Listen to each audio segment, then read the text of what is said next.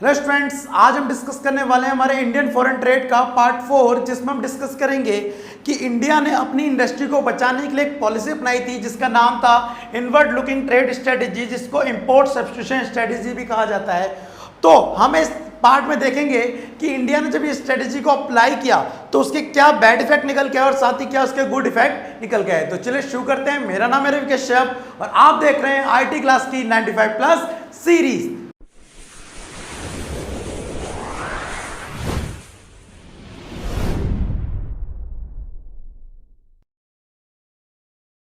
तो स्टूडेंट, जैसा कि आज के टॉपिक में सबसे पहले हम डिस्कस करेंगे इनवर्ड लुकिंग ट्रेड स्ट्रेटेजी क्या थी, जिसका दूसरा नाम है यहाँ पर इंपोर्ट सब्स्टिट्यूशन पॉलिसी। तो देखिए, नॉर्मल सी बात बताता हूँ इसको फर्दर आगे पढ़ाने से पहले। नॉर्मली इंडिया 1991 से पहले या कह लीजिए अब तक बहुत ज़्यादा डिपेंड रहा है फॉरेन कंट्रीज पे, किस चीज़ के लिए, इंपोर्ट के लिए। और 1991 से पहले तो ऐसा होता था कि इंडिया में कैपिटल गुड्स को मंगाना ही मना था, तो और बड़ी जो भी करता था वो गवर्नमेंट करती थी। अब उसमें क्या होता था कि वो ज़्यादातर चीज़ें जो इंडिया में प्रोड्यूस नहीं होती उनको इंपोर्ट करता रहता था और अपना फॉरेन एक्सचेंज खर्च करता रहता था। तो गवर्नमेंट ने फाइनली एक डिसीजन लिया, एक स्ट्रेटेजी अपनाई, क्या कि हम इनवर्ड ट्रेड लुकिंग पॉलिसी अपनाएंगे, जिसके अंतर्गत जो चीज़ें हम बाहर से इंपोर्ट करते हैं उन्हें इंपोर्ट नहीं करेंगे, देश में ही बनाने की कोशिश करेंगे। इसे बोला गया इंपोर्ट सब्स्टिट्यूशन, इंपोर्ट का सब्स्टिट्यूट ढूंढना, ठीक है। जिसका मतलब क्या था, विदेशों से आने वाली चीज को विदेशों से ना इंपोर्ट करके अपने देश में ही बनाना। इसके 2-3 कारण थे, तो इसे नॉर्मली यहाँ समझाता हूँ। देखो, इंपोर्ट सब्स्टिट्यूशन स्ट्रेटेजी के अंदर इंपोर्ट सब्स्टिट्यूशन को अपनाया गया, जिसका मतलब ये था कि विदेशों से आने वाली चीज़ों को रोका जाएगा, उन्हें अब इंपोर्ट नहीं किया जाएगा। और इसका एक कारण ये भी था, हम चाहते थे कि production of and development of domestic industry, इस इंपोर्ट सब्स्टिट्यूशन की वजह से जो बाहर की कंपनियां जब इंडिया में नहीं आएंगी उनको रोक दिया जाएगा। ध्यान रखना, मैं क्या वर्ड यूज कर रहा हूँ, रोक दिया जाएगा। अब रोकेंगे कैसे? उसके लिए हमारे पास 2 शस्त्र थे उस टाइम पे, एक टैरिफ और एक कोटा। अब इन दोनों से हमने क्या करा, विदेशी कंपनियों को इंडिया में आने से रोक लिया। और रोकने का कारण यह था कि ताकि हमारी डोमेस्टिक इंडस्ट्री जो है वो फल फूल सके, उसकी ग्रोथ हो सके। अब पहली बात यहाँ पे आ रही है, रोका कैसे? तो आपको बता दूं, टैरिफ का मतलब क्या होता है, इस पर टैक्सेस लगा देना जो विदेशों से माल आ रहा है। जब टैक्स लग जाएगा उन पे तो उनके दाम क्या हो जाएंगे, बढ़ जाएंगे। नॉर्मली जैसे मार्कर है, अगर ये 20 रुपए का मिल रहा है, अगर इस पर और ज़्यादा टैक्स लग जाए तो महंगा हो जाएगा, जिसे कोई खरीदेगा नहीं। वैसे ही फॉरेन से आने वाले प्रोडक्ट पे इंडियन गवर्नमेंट ने क्या कर दिया, टैरिफ बढ़ा दिया, जिससे टैक्स बढ़ने की वजह से लोगों के लिए वो चीज़ें खरीदना क्या हो गया, महंगा हो गया, और वो उसे आसानी से खरीद नहीं पाते थे। दूसरी चीज वहीं पर कोटा था। गवर्नमेंट ने एक और तरीका अपनाया कि हम टैक्स इंक्रीज नहीं करेंगे, लेकिन आपको एक लिमिट तक ही इंडिया में अपनी प्रोडक्ट को बेच सकते हैं। एग्जांपल के लिए मैं छोटा सा एग्जांपल लेता हूं कि आप इसमें से केवल आज 1000 मार्कर बना रहे हैं तो केवल इंडिया में 100 मार्कर ही बेच सकते हैं। तो ये लिमिट लगा देना कि कितना प्रोडक्शन बेचना है, इसे बोलते हैं कोटा। तो इसमें टैक्स को बढ़ाया जाता है, इसमें क्वांटिटी पर रोक लगाई जाती है। अब इससे होता क्या, जब हमने रोक लगा दी तो जब हम विदेशों से माल नहीं खरीद रहे तो हमें पैसा नहीं देना पड़ेगा उन्हें। इससे होगा क्या, तो हमारे फॉरेन एक्सचेंज क्या होने लग जाएंगे, सेव होने लग जाएंगे। फॉरेन एक्सचेंज सेव होंगे तो उनका यूज क्या करना है आपको, फॉरेन एक्सचेंज जो आपके पास पड़ा है वो फॉरेन एक्सचेंज को ऐसी जगह यूज करना है जहां से हमारे पास टेक्नोलॉजी आए, ऐसी ऐसी मशीनें, प्लांट आए जो हमारे देश के डेवलपमेंट के लिए जरूरी हो। देखने में बहुत अच्छी पॉलिसी लग रही है, इसमें कोई नुकसान नहीं है, लेकिन हर चीज के 2 पहलू होते हैं, एक अच्छी बात और एक बुरी बात। जब हमने इस पॉलिसी को अपनाया, इनवर्ड ट्रेड लुकिंग पॉलिसी को, तो उसके हमारे को गुड इफेक्ट और बैड इफेक्ट देखने को मिले। तो सबसे पहले डिस्कस करते हैं इस पॉलिसी के गुड इफेक्ट क्या थे। तो सबसे पहला आया high rate of industrial growth and structural transformation.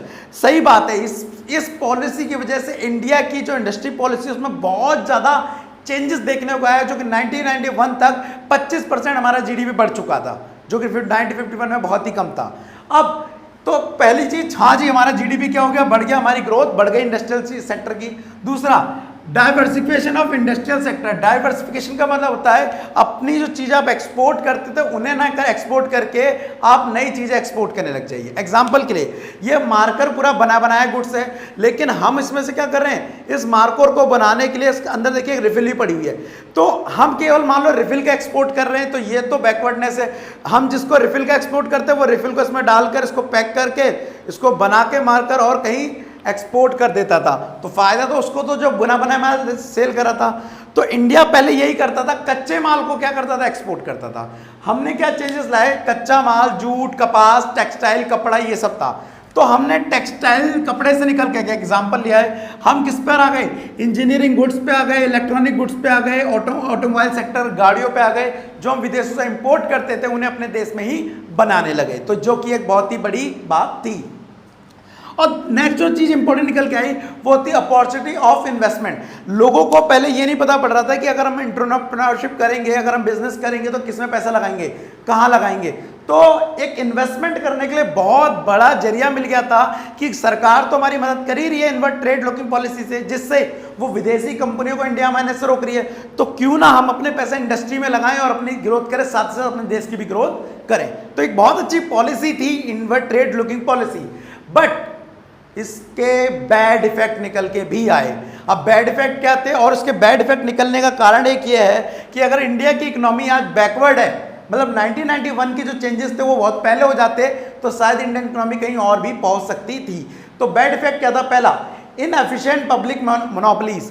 Normally India ने 1991 से पहले सारे सेक्टर में, ज्यादातर में, एक दो इक्का दुक्का को छोड़ दिया जाता, तो पूरे सेक्टर में किसको अपना रखा था, अब पब्लिक सेक्टर को अपना रखा था। पब्लिक मतलब गवर्नमेंट सेक्टर, ये प्रोडक्शन करना है तो पब्लिक, ये करना है तो government sector, government sector, government sector. हुआ क्या, वो गवर्नमेंट सेक्टर खुले तो जा रहे थे, बहुत सारे फैलते तो जा रहे थे, लेकिन उनकी काम करने की क्षमता, उनकी काम करने की कार्य कुशलता, बोले तो एबिलिटी, कैपेसिटी, सब कुछ क्या था, बहुत ही बेकार था। तो खुलने का फायदा क्या, एक बेकार बात। दूसरा, lack of competition implied lack of modernisation. हुआ क्या, आपने कंपटीशन करने से बचाया।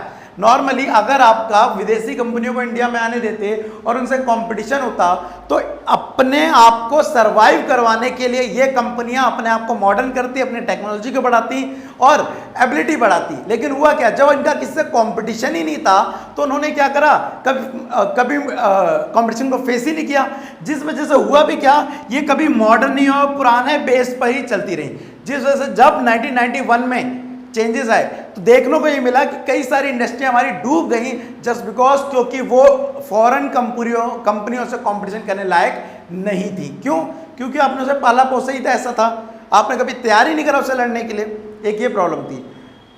दूसरा था indiscriminate spread of public sector, मतलब हर जगह पब्लिक सेक्टर को फैलाए जा रहे थे, जहां पर प्राइवेट सेक्टर की भी जरूरत थी नहीं, वहां पे भी क्या public sector which means government sector.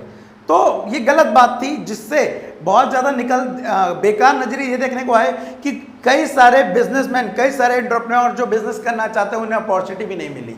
ठीक है, और लास्ट कर लेते हैं पॉलिटिक्स इन स्टेट इंडस्ट्रीज। आप इसको ये भी कह सकते हैं पॉलिटिक्स इन पॉलिसी, या बुक में आपके जो लिखा हुआ है कि कई सारी ऐसी इंडस्ट्री थी जो चलने लायक नहीं थी, चलने लायक नहीं थी। अब चलने लायक नहीं थी तो अगर प्राइवेट इंडस्ट्री में होती ना उसे बंद कर दिया जाता, क्यों, क्योंकि लॉस कमा रही थी। लेकिन कारण बस क्योंकि वो पब्लिक सेक्टर था, पब्लिक सेक्टर में कई सारे लोग काम कर रहे थे उसमें, तो अगर उस इंडस्ट्री को बंद किया जा रहा था तो लोग ये बोल रहे थे, हाय तो हम मचा रहे थे कि यार इतने लोग बेरोजगार हो जाएंगे, ये यूनियन वो यूनियन, ये गवर्नमेंट उसको ब्लेम करी है, ये वाले उसको ब्लेम कर रहे हैं, जिस वजह से वो इंडस्ट्री बंद ही नहीं हुई।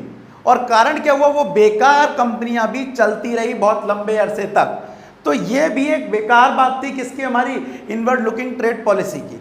तो होपफुली आपने देखा कि कैसे इंडिया की इंडस्ट्रियल पॉलिसी शुरू से ही ऐसी रही कि अपने आप को प्रोटेक्टिव वाली करने की, और जब तक ये प्रोटेक्टिव वाली चलेगी जब तक वो ग्रोथ भी नहीं कर पाएगी। तो वेल स्टूडेंट्स, यहां पर आके आपके खत्म होते हैं चैप्टर 5 इंडियन फॉरेन ट्रेड, बोले तो इसका लास्ट पार्ट था ये। अगले पार्ट में अगर आपको समझना है कि क्या हुआ तो मैं आपको बताऊंगा कैसे इंडिया ने अपने आप को ठीक करने के लिए 1991 में इकोनॉमिक पॉलिसी को अपनाया, इकोनॉमिक रिफॉर्म्स किए, जिसको बोला गया एलपीजी। वो जानने के लिए देखना पड़ेगा आपको मेरा नेक्स्ट चैप्टर का नेक्स्ट पार्ट ठीक है, आज के लिए इतना ही। वेल, इससे रिलेटेड अगर आपको कोई भी डाउट रह गया हो, कोई भी सजेशन हो, कोई भी कमेंट हो, तो फ्रीली कमेंट बॉक्स में लिख सकते हैं। साथ ही अगर आपको कुछ नोट्स पढ़ने हो या इंपॉर्टेंट क्वेश्चन चाहिए हो तो आप नीचे दिए हुए वेबसाइट लिंक पर जा सकते हो, नोट्स को पढ़ सकते हो और देख सकते हैं। तो आज के लिए इतना ही, मिलते हैं नेक्स्ट वीडियो में। आज के लिए thank you, tata and bye bye.